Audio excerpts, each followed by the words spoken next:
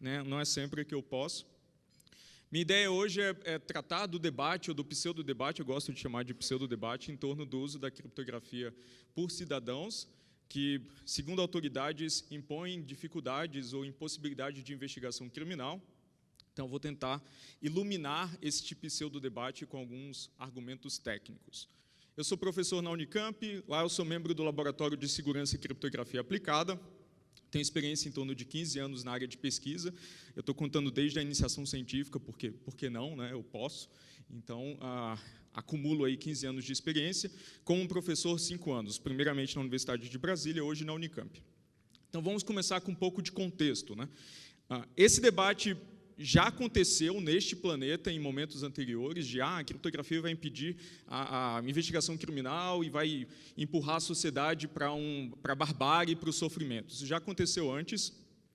Talvez as pessoas lembrem um pouco do debate nos anos 90, do Clipper Chip nos Estados Unidos, que foi exatamente uma ideia do governo americano de encriptar chamadas telefônicas, mas com chips fornecidos pela agência de inteligência americana. Acadêmicos conseguiram obter o projeto desse chip e perceberam facilmente que existia um backdoor lá. Então, o objetivo do governo era permitir comunicações encriptadas, porém nem tanto, né? Dado que, se o governo quiser interceptar uma certa comunicação em um certo instante de tempo, ele teria uma chave, teria custódia de chaves para todas as comunicações para poder fazer essa interceptação no momento posterior. Na época, isso foi considerado uma péssima ideia por motivos óbvios e o debate simplesmente cessou. Mais recentemente, ele voltou com a ameaça terrorista, porque, claro, terroristas usam encriptação, né? Por que não? Eles usam dinheiro e várias outras coisas que todo mundo usa, carros, transporte público e afins. E o FBI começou a repetir incessantemente que eles estavam tendo suas possibilidades de investigação limitadas por encriptação e que algo precisava ser feito. Assim. Então, nos Estados Unidos, ele aparece bastante com essa terminologia de going dark, né, que agora os policiais do FBI estão no escuro, eles não conseguem mais investigar nada porque eles observam o uso de encriptação ou outras tecnologias de preservação da privacidade na atividade criminosa. Esse debate começou novamente no FBI, foi contagiando outros países, então é bem interessante acompanhar essa discussão, porque é uma fonte inesgotável de citações estapafúrdias. Então, um exemplo recente bem curioso da Austrália, o primeiro-ministro da Austrália disse que apreciava muito as leis da matemática, mas na Austrália o que valiam eram as leis da Austrália, ao ser encarado, né, ao encarar o fato de que a utilização de encriptação utiliza, né, um problema computacionalmente difícil para fornecer segurança. Esse problema pode ser construído para ser tão difícil quanto possível e, portanto, pode ser, na prática, inviável de se resolver, a menos que você considere aí alguns bilhões de anos de computação para resolvê-lo. Outra ocorrência curiosa foi a secretária do alto escalão do governo britânico, que ela disse que pessoas reais não precisam de encriptação forte, assim, né? Pessoas reais não têm essa necessidade. Eu vejo muitas pessoas nessa sala aqui, provavelmente vários de vocês utilizam encriptação ou têm interesse em utilizar, ou simplesmente quando acessam sistemas, esses sistemas fazem uso de encriptação. Concluo, portanto, que nós não somos pessoas reais, né? Somos todos pessoas complexas. Bem, no Brasil, esse debate chegou até o STF, no caso do WhatsApp. Então, vocês devem ter acompanhado na imprensa, o WhatsApp recebeu várias demandas judiciais para fornecer conteúdo de mensagens. O WhatsApp vem alegando que esse conteúdo de mensagens está encriptado, portanto, ele não é acessível ao provedor de serviço, o que é perfeitamente plausível e razoável. Essa questão foi parar no STF, o STF organizou uma audiência pública antes de se manifestar a respeito. O STF ainda não decidiu nada nesse sentido, mas eu deixo uma recomendação, todos os vídeos dessa audiência pública estão no YouTube, são bem interessantes, é bem longo, assim, porque foram 4 sessões de em torno de 4 horas, tem argumentos de todas as partes que vocês podem imaginar, mas eu acho que é bem interessante para observar qual é o posicionamento da academia, das operadoras de telefonia e afins nessa questão. Então, vou tentar contribuir com os meus próprios argumentos. Bem, criptografia está em todo lugar, todos vocês utilizaram algum algoritmo criptográfico hoje, seja para mandar uma mensagem no WhatsApp ou no Signal, para acessar um sistema de home banking, para comprar alguma coisa via internet, e a gente usa encriptação ou criptografia o tempo todo. Mas existe esse dizer, né, bem comum, que criptografia é difícil. Assim, não, criptografia é difícil. Não só porque criptografia envolve ou combina matemática e tecnologia, o que poderia parecer, né, que é bem empolgante para os alunos de computação, na verdade, o oposto, né, quando eles descobrem que eles têm que programar e estudar matemática, todos eles fogem, assim, como se não houvesse amanhã. Mas não só porque combina essas duas áreas, mas porque para uma técnica criptográfica funcionar contento, várias premissas precisam ser satisfeitas. Você precisa de um problema computacionalmente difícil, com testar todas as chaves criptográficas de um certo tamanho. Você precisa projetar um algoritmo que utilize esse problema como fonte de segurança. Normalmente, técnicas criptográficas envolvem múltiplas partes, então você precisa projetar um protocolo onde diferentes partes cumprem diferentes papéis, executando diferentes algoritmos para obter algum tipo de funcionalidade conjunta. Você precisa distribuir chaves entre essas múltiplas partes, uma hora implementar tudo isso em software, rodar na plataforma que é imperfeita e cruzar os dedos para tudo dar certo. Ou verificar até onde for possível que as coisas estão projetadas e implementadas como deveriam. Assim. Então, se qualquer uma dessas questões de fato falha, qualquer dessas premissas não é satisfeita, você cria o risco de falsa sensação de segurança. Na medida que todos os usuários vão supor ou assumir que aquela propriedade de segurança existe, é real, está sendo fornecida, o sistema, na verdade, não é seguro, né? E os segredos que foram confiados a ele podem ser capturados por um terceiro.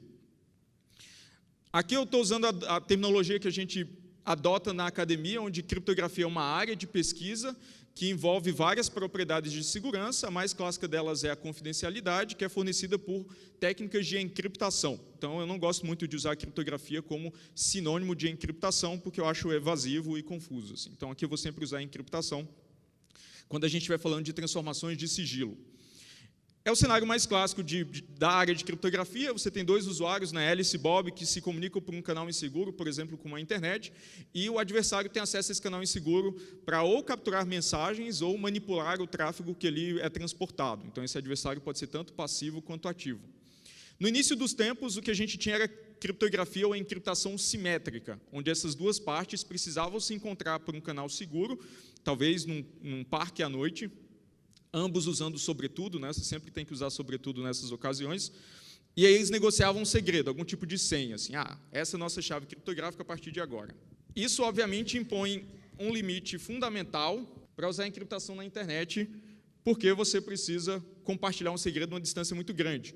Com o advento da encriptação assimétrica, esse problema foi resolvido, porque agora você pode, de posse da chave pública do destinatário, utilizar essa chave pública para transportar uma chave simétrica, e, a partir daí, encriptar mensagens futuras. Então, você consegue substituir esse problema de compartilhamento de segredo pela simples obtenção de uma chave assimétrica, uma chave pública autêntica. Na prática, a gente costuma usar certificados digitais para isso, certo? Você obtém um certificado digital que tem a chave pública do destinatário, do banco, do usuário que você está usando, se está se comunicando, e se ela é autêntica, tem a assinatura da autoridade certificadora, você pode encriptar uma chave simétrica ou uma mensagem diretamente usando essa chave pública. Então, o problema agora é transportar chaves públicas de maneira autêntica. Para isso, esses serviços de comunicação encriptados, eles utilizam um servidor que armazena as chaves públicas dos usuários. Então, quando a gente comunica-se com alguém no WhatsApp, o que a gente faz é perguntar para o WhatsApp qual a chave pública daquele usuário. O servidor do WhatsApp fornece essa chave pública, a gente consegue negociar uma chave simétrica com essa chave pública, e no caso do protocolo Signal, que é adotado pelo WhatsApp, você troca chaves a cada rodada de comunicação. Então, é claro que esse servidor que armazena chaves públicas é um serviço ou um componente tentador para você promover ataques, tanto da autoridade investigativa que quer interceptar tráfego, quanto de um próprio interno à empresa que, de repente, está interessado em enganar um par de usuários para interceptar a sua comunicação. Então, é um componente sensível. A gente chama de encriptação a fim essas técnicas em que as mensagens só estão disponíveis para a decriptação nas pontas da comunicação, porque houve o transporte de uma chave pública de uma ponta para outra, né, e ela foi utilizada para negociar uma chave simétrica. Isso é tratado como um aspecto, uma técnica especial de encriptação, mas é basicamente como a encriptação deveria ser. Não faz sentido você falar de encriptação se tem um terceiro no meio do canal de comunicação interceptando todas as mensagens às claras. Então, eu acho uma redundância chamar de encriptação fim a fim como algo de especial, quando, na verdade, é encriptação forte, onde nenhum terceiro que tem acesso ao canal de comunicação é capaz de ler o conteúdo das mensagens. Esse é o objetivo da encriptação desde que o mundo é mundo. Encriptação é uma técnica de preservação da privacidade, que classicamente é entendido como esse direito de ser deixado em paz. Né? Eu tenho privacidade porque eu consigo esconder uma informação que não pode ser usada contra mim futuramente, eu posso ser deixado em paz. Entretanto, essa é uma definição tanto eu considero um tanto obsoleta, assim, porque humanos são seres sociais, a gente tem a compulsão, especialmente com o advento das redes sociais, de compartilhar informação pessoal, e então a gente deveria adotar, talvez, uma definição de privacidade que leve isso em conta. Então, uma definição mais moderna é essa, onde você tem um controle de divulgar informação pessoal no âmbito, na esfera que você assim desejar. E a gente faz esse tipo de, eu deveria fazer esse tipo de exame o tempo todo, né? Eu decidi tornar uma informação pessoal pública numa rede social, qual que é o benefício percebido que eu tenho dessa ação e qual o risco que eu corro, né? E o tempo todo medir essas duas coisas para fazer uma decisão consciente. É assim que pessoas deveriam agir. Então, considerando que privacidade é sobre o controle da divulgação de informação pessoal, a gente consegue exercer esse controle ao utilizar técnicas de preservação da privacidade, como encriptação. Então, tem muito mais a ver com controle do que com ocultar informação, como a definição clássica diz. Encriptação fim a fim, uma encriptação forte, não é exatamente novidade, assim, né? Desde a antiguidade, na Grécia Antiga, as pessoas já utilizavam encriptação, obviamente com algoritmos muito mais fracos, que precisavam resistir apenas a atacantes humanos, que não eram equipados com computadores, talvez com ábaco, né, o máximo que dava para conseguir.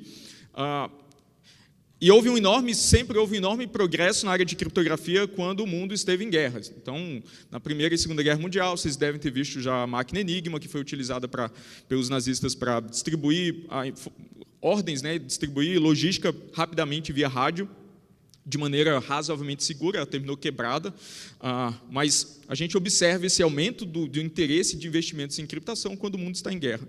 Mais recentemente, a gente começou a adotar a encriptação para acessar serviços de e-mail, de comércio eletrônico, ou encriptar mídia removível de dispositivos, né, o seu disco rígido, o cartão de memória do seu celular. Nessa década, todo o foco está em troca de mensagens a longa distância via internet. Então, é talvez o uso mais comum. O WhatsApp já tem mais de 1 bilhão de usuários nesse planeta, então é talvez o uso mais popular de encriptação.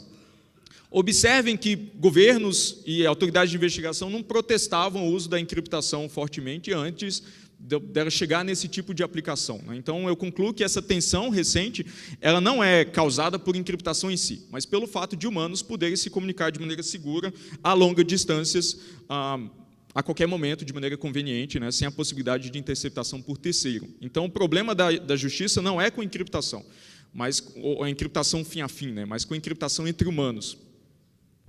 Muitas pessoas repetem que a privacidade está morta porque a gente faz o tempo todo juízos incorretos de compartilhamento de informação, a gente compartilha informação demais, as novas gerações, né, que vão trazer o fim da civilização como a gente conhece, não se importam com privacidade, então a gente escuta bastante esse tipo de argumento, assim.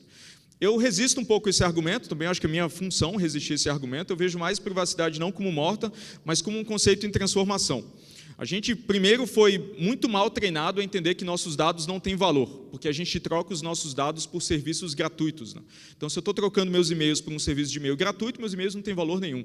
Obviamente, isso não é verdade quando a gente observa o valor de mercado de empresas que coletam e armazenam e extraem padrões de dados. Esse valor de mercado é gigantesco. Então, nossos dados têm valor, especialmente quando agregados aos dados de outras pessoas que compõem nossa população.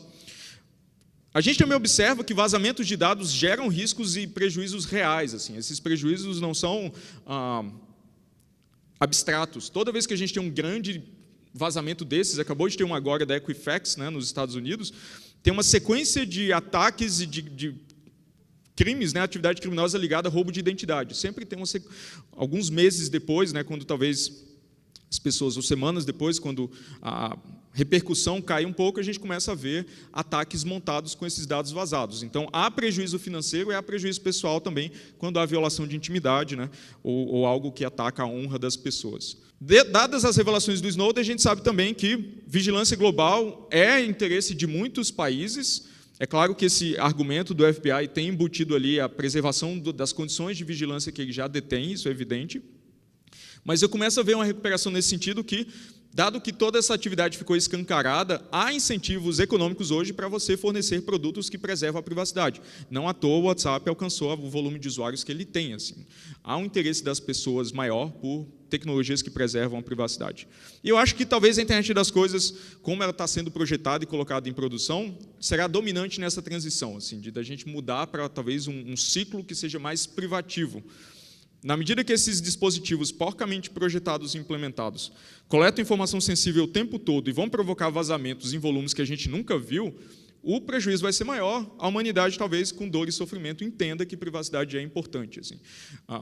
E acompanha no mundo, né, na internet, no mundo digital, o mesmo movimento que a gente viu no mundo físico. Humanos não tinham privacidade alguns séculos atrás. Todo mundo, essencialmente, vivia junto, ninguém tinha segredo, vivia numa comunidade, né, onde todos faziam parte do mesmo núcleo.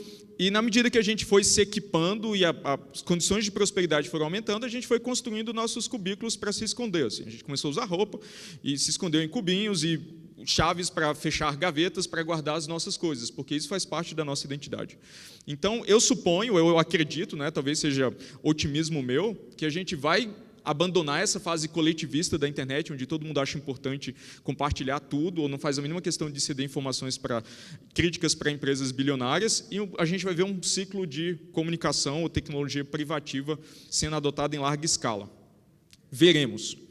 Talvez um fator que resista a esse movimento é exatamente o interesse de governos em manter suas possibilidades de investigação e também de vigilância atuais. Assim. E muitas vezes o argumento que é fornecido, né, por trás de um esforço de vigilância é que abrir mão da privacidade permite governos te fornecer em troca segurança pública. Né? Então, a gente observa o tempo todo esse argumento. Não, você tem que escolher entre privacidade e segurança pública. Mas eu resisto muito a esse argumento, eu acho que isso é um falso dilema, você não precisa abrir mão da privacidade para obter segurança pública, até porque em vários dos casos onde o governo te oferece essa troca, ele não é capaz de te fornecer segurança pública. Para citar um exemplo muito simples, terrorismo. Terrorismo é uma atividade caótica e imprevisível por definição. O governo que te promete proteger do terrorismo, ele com altíssima probabilidade está mentindo, assim, porque é muito difícil proteger alguém de terrorismo. Por mais que você monitore a comunicação de todo mundo, você ainda tem problemas para separar o que é atividade criminosa ou terrorista de fato de uma simples piada. Assim. Então, isso não é um problema simples de resolver. E como evidências de que privacidade e segurança não vivem em oposição, eu posso oferecer essas implicações. Né? No mundo físico, a gente utiliza a privacidade como fonte de segurança o tempo todo. Assim. Para citar exemplos, a gente não sai pela rua com uma placa dizendo qual é o nosso saldo bancário, porque a gente sabe que isso nos tornaria, para os que são bem remunerados, né, um simples alvo para atividade criminosa. A gente tem protocolos muito bem definidos para proteger a comunicação entre o paciente e o médico, entre o advogado e o seu cliente, porque a gente sabe que se o advogado não pode se comunicar de maneira segura e confidencial com o cliente, ele provavelmente não vai ter um julgamento justo, assim, porque isso pode ser usado contra ele. Talvez no Brasil, privacidade política agora seja importante. Né? As pessoas escondem que vão votar no candidato A ou B, porque isso pode gerar algum tipo de resposta. Né? Um empregador, às vezes, vai te demitir porque você é um tucanalha, petralha, bolsomito, qualquer uma dessas várias cores aí que formam a matiz da infeliz política nacional. Assim. Do ponto de vista... A gente pode também pensar na segurança, ou na implicação inversa, né? A gente também utiliza a tecnologia de segurança como fonte de privacidade. Encriptação é um exemplo desses. Então, uma coisa de fato fortalece a outra. Segurança e privacidade são complementares, elas não vivem em oposição. Você precisa de segurança para obter privacidade e de privacidade para obter segurança. É comum também esse argumento de que minha vida é um livro aberto, eu não tenho nada a esconder, o governo está convidado a devassar todas as minhas comunicações, que não vai achar nada contra mim. Isso é uma simples desonestidade intelectual. Eu sempre peço para as pessoas pensarem muito antes de emitirem esse tipo de opinião. Não faço questão, eu não preciso usar a encriptação porque eu não tenho nada a esconder. Porque, primeiro, isso não é verdade, é hipocrisia. Todos nós temos algo a esconder. As nossas ideias mais íntimas são privadas.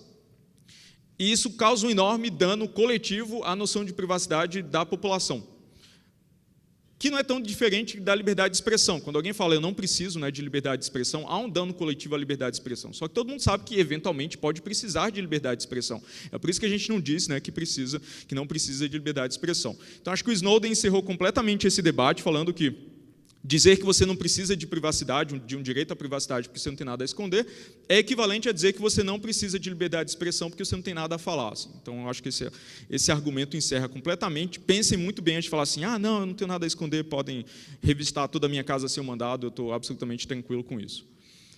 Um outro mito importante é que criptografia é suficiente. Né? As informações estão encriptadas, então elas não podem ser recuperadas por ninguém e o sistema está seguro. Esse é um argumento, inclusive, muito utilizado pelo TSE, né, que a urna eletrônica é criptografada. Assim, né? Eu fico me perguntando, se a urna é encriptada, como que você consegue usar? Né? Porque ainda assim ela tem que ter uma interface para o usuário. Assim, ela não pode ser inteiramente encriptada, isso não faz sentido nenhum da forma como eles colocam. Então, mas o objetivo deles é muito claro, é associar a encriptação, como a gente associa a encriptação à segurança forte, né? Você diz que uma coisa é encriptada, as pessoas entendem que ela é, de fato, segura. Criptografia, de fato, é muito importante para proteger partes da superfície de ataque de um sistema, mas a gente precisa de outras técnicas para proteger outras partes da superfície de ataque. Então, segurança de redes, procedimentos seguros de segurança operacional, eliminar vulnerabilidades de software, que pode, inclusive, ocorrer em implementação de algoritmos criptográficos, controle de acesso e anonimização para eliminar ou apagar metadados, né, que dificultem a ligação dos dados que são vazados aos seus detentores. Assim. Então, a gente precisa de outras coisas. Outro mito muito comum é que interceptar uma comunicação encriptada, como do WhatsApp, por exemplo, é a mesma coisa que grampear um telefone. Se a polícia tem a possibilidade de grampear um telefone, deveria ser perfeitamente possível para a polícia grampear uma comunicação via WhatsApp. Assim, as coisas deveriam ser equivalentes. Só que, em natureza, esses são meios de comunicação muito distintos. Né? Primeiro, o telefone é um meio de comunicação intrinsecamente inseguro, e as pessoas têm uma noção muito clara disso, tanto é que tem esse dizer comum de não vamos falar isso por telefone, as pessoas dizem isso, porque eles entendem que aquele meio de comunicação não é seguro, qualquer pessoa com acesso físico pode recuperar a comunicação que ele trafega. Promover um grampo em comunicação encriptada da maneira como a gente consegue promover em comunicação telefônica envolve um esforço totalmente diferente, onde você precisa interferir ou com o projeto do protocolo para permitir esse tipo de coisa anteriormente, ou com a sua operação, por exemplo, trocando chaves públicas de um destinatário por uma chave pública cuja chave privada você conhece para poder decriptar tráfego posteriormente. Assim. Então, comunicação encriptada e por telefone tem absolutamente nada, quase nada em comum, ao menos de ser um meio de comunicação.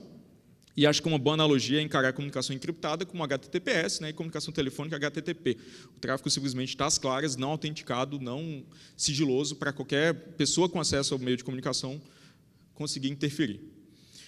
Bem, há desafios, só que eu acho que os desafios estão num lugar diferente do que popularmente se discute.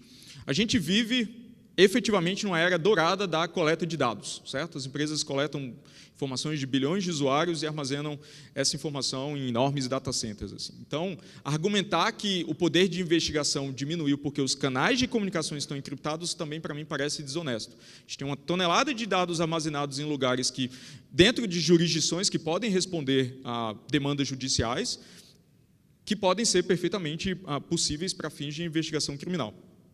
Então, acho que o desafio real que a gente tem não é interceptar a comunicação encriptada, mas dados, ou considerando os dados que já foram cedidos ou disponibilizados pelos usuários, como separar o que é sinal de ruído, o que é importante do que é simplesmente ruído inútil que as pessoas comunicam no dia a dia e não tem nenhum interesse do ponto de vista de investigação.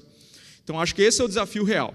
Mas, ainda assim, é muito comum observar esse pedido populista de não, a gente não pode permitir que pessoas se comuniquem de maneira confidencial, a gente tem que interferir com técnicas criptográficas. Então, vou argumentar que, apesar de popular, essa é uma péssima ideia, porque é simplesmente insegura, vai tornar sistemas menos seguros, ela não é efetiva para o fim que ela se propõe, ela é intrusiva e viola nossos princípios fundamentais. Então, vamos considerar uma série de alternativas nessa direção. A primeira delas poderia ser, vamos considerar banir a encriptação forte.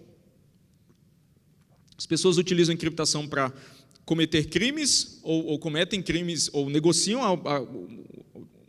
a atividade criminosa utilizando comunicação encriptada. Então, a gente simplesmente pode impedir as pessoas de utilizarem encriptação, e aí a gente consegue interceptar qualquer comunicação para fins de investigação criminal. O grande problema é que a encriptação forte é matemática na forma de software. Né? Então, a gente simplesmente traduz equações matemáticas ou problemas, ou a solução de problemas matemáticos em software. Então, banir acesso à encriptação forte é basicamente criminalizar parte da matemática. É proibir pessoas de converter algumas equações em software. Ou proibir pessoas de ler artigos e livros que ensinam como fazer isso do ponto de vista matemático e transformar isso em software. Então, obviamente, naturalmente, isso interfere intimamente com a nossa liberdade de programar. Você agora passa a ser proibido de implementar certas equações na forma de software, né, o que não faz muito sentido. Com claro impacto em liberdade de expressão. Vários países já equalizaram a liberdade de programar, a liberdade de expressão. Programar é expressão, é uma forma de expressão. Né? Além disso, isso penaliza as ferramentas e não, de fato, os criminosos, que é o interesse de todo mundo, ou deveria ser, né? Limitando completamente a pesquisa e a prática na área. Assim. Então, agora você não pode simplesmente utilizar uma técnica já conhecida, a humanidade já descobriu como fazer isso, porque há algum tipo de sanção governamental. Restringindo o acesso à encriptação forte aos governos vão continuar usando encriptação forte, porque eles são governos, eles podem decidir que eles não precisam obedecer essa regra, e aos criminosos, que, por definição, não seguem leis. Né? Então, achar que os criminosos vão parar de usar a criptografia porque ela se tornou ilegal parece muita ingenuidade. Assim. É que nem... tem algumas relações aí com o debate do desarmamento. Não é a mesma coisa, porque, no caso do debate do armamento, você precisa ter acesso a uma arma. Né? Aqui você precisa ter acesso a matemática. Assim, é um livro de 2º grau de introdução à criptografia que circula livremente via internet ou em formato físico. Assim. Então, o argumento de que você conseguiria, porventura, controlar o acesso aos ingredientes da criptografia, como você faz com, talvez, ingredientes de uma bomba, obviamente não procede, porque isso é tentar regular o acesso das pessoas a matemáticas. Você já leu muitas equações esse mês, talvez você tenha que esperar mais meses até poder voltar a ler equações. Assim, isso, para mim, não faz nenhum sentido. Tudo bem, eu admito, banir encriptação forte talvez seja uma alternativa muito rigorosa ou muito radical. Vamos pensar em algum tipo de meio termo, né, que muitas vezes é defendido como acesso exclusivo especial. Ou porta dos fundos, chave dourada, chave da frente, chave de trás. Tem um monte de chaves de diferentes nomes que, essencialmente, consistem na mesma coisa, no mesmo conceito. Algum tipo de brecha proposital, algum tipo de falha propositalmente introduzida num sistema para permitir interceptação de tráfego. O problema é que essa brecha ela não foi introduzida para cumprir um objetivo de segurança. Muito pelo contrário, ela foi introduzida para permitir um terceiro interceptar comunicação, violando a propriedade de segurança fim a fim que você gostaria de estabelecer primeiramente. Então, há vários efeitos de se forçar, né, ou introduzir uma falha dessa natureza. Primeiro, isso vai tornar os sistemas e procedimentos mais complexos, portanto, menos seguros. Qualquer sistema mais complexo é menos seguro quase que por construção. Além disso, a superfície de ataque do sistema aumenta. Ao invés de simplesmente do protocolo criptográfico se preocupar com um canal de comunicação, agora ele tem que se preocupar com aquele mecanismo que foi forçado, que precisa ser protegido também, não só o seu acesso, mas também ser protegido contra os agentes internos que trabalham naquela organização. Por exemplo, as pessoas que trabalham no operador do serviço de comunicação, porque eles têm acesso privilegiado ao sistema e podem abusar desse acesso exclusivo, que deixa de ser tão exclusivo assim. Você tem que proteger e coordenar o acesso a essa porta dos fundos também. Você tem, sei lá, mais de 100 países, talvez, no mundo interessados em obter informações do WhatsApp. Como que você harmoniza para que um não abuse do acesso exclusivo do outro? Assim? Como que a Polícia Federal harmoniza o acesso com a FBI e a comunicação encriptada? Então, isso certamente vai complicar muito os procedimentos, criando vulnerabilidades que não existiam. E esse mecanismo tem um outro problema também, que ele permite adulterar conteúdo. Vários desses mecanismos de porta dos fundos permitem não só interceptar tráfego, mas injetar tráfego também. Então, do ponto de vista de investigação criminal, isso fragiliza, claro, o valor da prova de comunicação obtida dessa forma. Então, não há um meio termo, qualquer que seja o nome que você escolha, que não fragilize sistemas. Simplesmente ele não existe. Algumas pessoas tratam como ele ainda não foi descoberto. Eu acho que ele simplesmente não existe. Assim. Eu não consigo ver como introduzir um tipo de acesso exclusivo especial que não torne sistemas menos seguros, o que não faz sentido com a missão até da área. Mas o alvo é apenas os criminosos. Os governos estão interessados em porta dos fundos para a comunicação encriptada porque eles querem interceptar a comunicação de criminosos. Nós estamos salvos, né, nessa direção porque nós somos cidadãos de bem. Então é bom lembrar que as coisas nunca são tão simples. Sistemas complexos não existem no vácuo. Na medida que você abre a possibilidade, parecido com censura nesse sentido, na medida que você abre a possibilidade do governo acessar a comunicação encriptada, o governo pode utilizar desse poder não apenas para perseguir criminosos, né, mas também cidadãos que, de repente, são ativistas, delatores, querem denunciar atividade criminosa no próprio governo e agora se veem com a sua superfície de ataque também ampliada. Além de forçar a empresa a funcionar de uma maneira totalmente distinta da sua missão, agora ela tem que atacar seus próprios clientes, né, introduzindo falhas, sabotando seus próprios produtos, o que preserva as condições de vigilância global. A gente viu nos documentos do Snowden que várias vulnerabilidades que foram injetadas por influência da agência de inteligência americana foram usadas para a vigilância global. Então, ceder a esse argumento é basicamente preservar o problema que a gente está tentando resolver.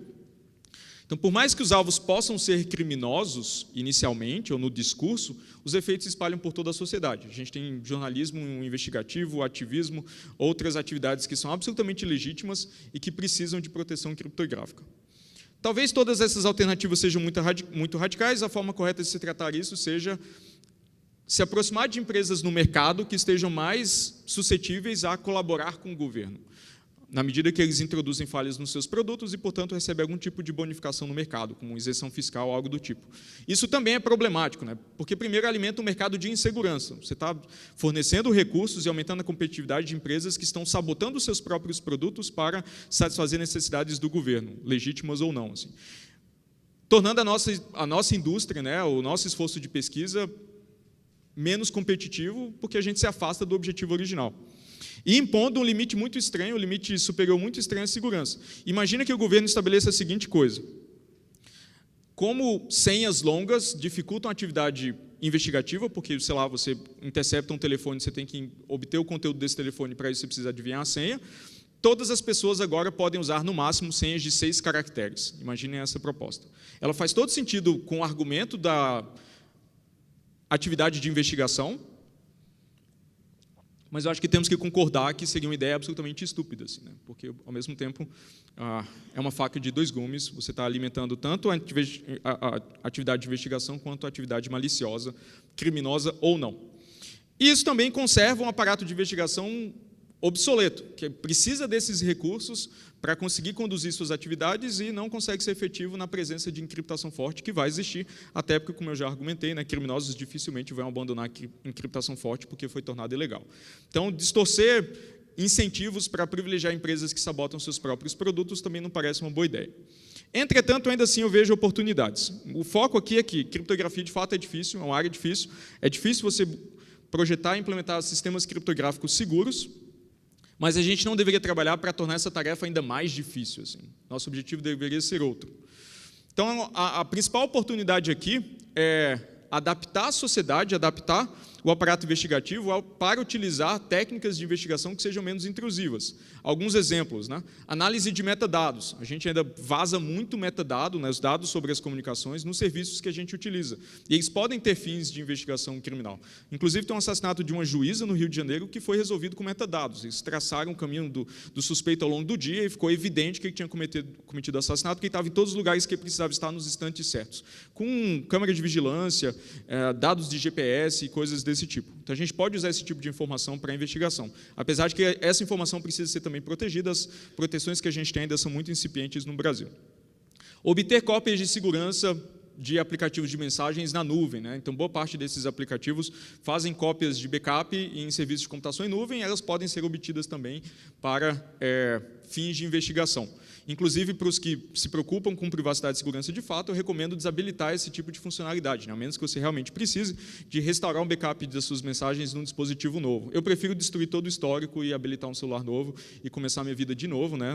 Sem carregar o histórico de, sei lá, 2, 3 anos de mensagens que podem ser usadas contra mim futuramente fora de contexto, né? Vale a pena lembrar que qualquer caixa de e-mail tem evidência de atividade criminosa, dado que você pode reinterpretar qualquer daquelas mensagens fora de contexto. Então, se o governo de fato estiver atrás de você, ele vai encontrar uma evidência no seu e-mail, assim, pode ter certeza. Bem, técnicas forenses são também muito importantes, né? Recuperar informação de dispositivos é algo importante para a investigação criminal, que deve ser promovido e aperfeiçoado, e também ações de inteligência simples, como infiltrar, de repente, um policial num grupo de conversa para obter evidências, né? Como a sociedade faz com tráfico de drogas desde que o mundo é mundo, assim, também. Então, a grande oportunidade aqui é adaptar o nosso raciocínio, o nosso estado mental, para funcionar na presença de encriptação, porque a encriptação forte não vai embora, a humanidade descobriu como fazer isso, a gente não vai conseguir esquecer, e ela cumpre funções absolutamente legítimas na sociedade moderna. A gente não usa encriptação à toa, porque simplesmente a gente tem adversários, legítimos ou não, dos quais a gente precisa se proteger. Então, os convido aí a utilizar uma série de tecnologias novas, né? O pessoal fala muito do Bitcoin. Vale lembrar que o Bitcoin não é uma moeda anônima, como o dinheiro físico, ela é uma moeda pseudonímica, né, ou pseudo-anônima, porque você responde por uma identidade na rede Bitcoin durante todo o tempo de vida daquela carteira, todas as transações com aquela identidade podem ser rastreadas, uma vez que fica ligada a relação entre uma pessoa do mundo real e aquela identidade. Então, o Bitcoin trata de pseudônimos. Uma versão mais privativa do Bitcoin é uma moeda chamada Zcash, que, de fato, tenta fornecer anonimato real, próximo ao de dinheiro físico. E também tem as outras tecnologias, produtos e esforços comunitários que vocês já conhecem, como o Signal, que é um aplicativo de troca de mensagens que foi pioneiro no uso desse protocolo utilizado pelo WhatsApp e que tem padrões de segurança muito mais razoáveis, né, que favorecem segurança, os defaults do aplicativo são melhores, ou a rede de anonimato Tor, né, que, dentre as várias, talvez seja a maior de anonimização. Assim. E, por fim, eu também deixei o Tails, que é um sistema interessante para você usar um terminal público sem deixar dados sensíveis ali armazenados.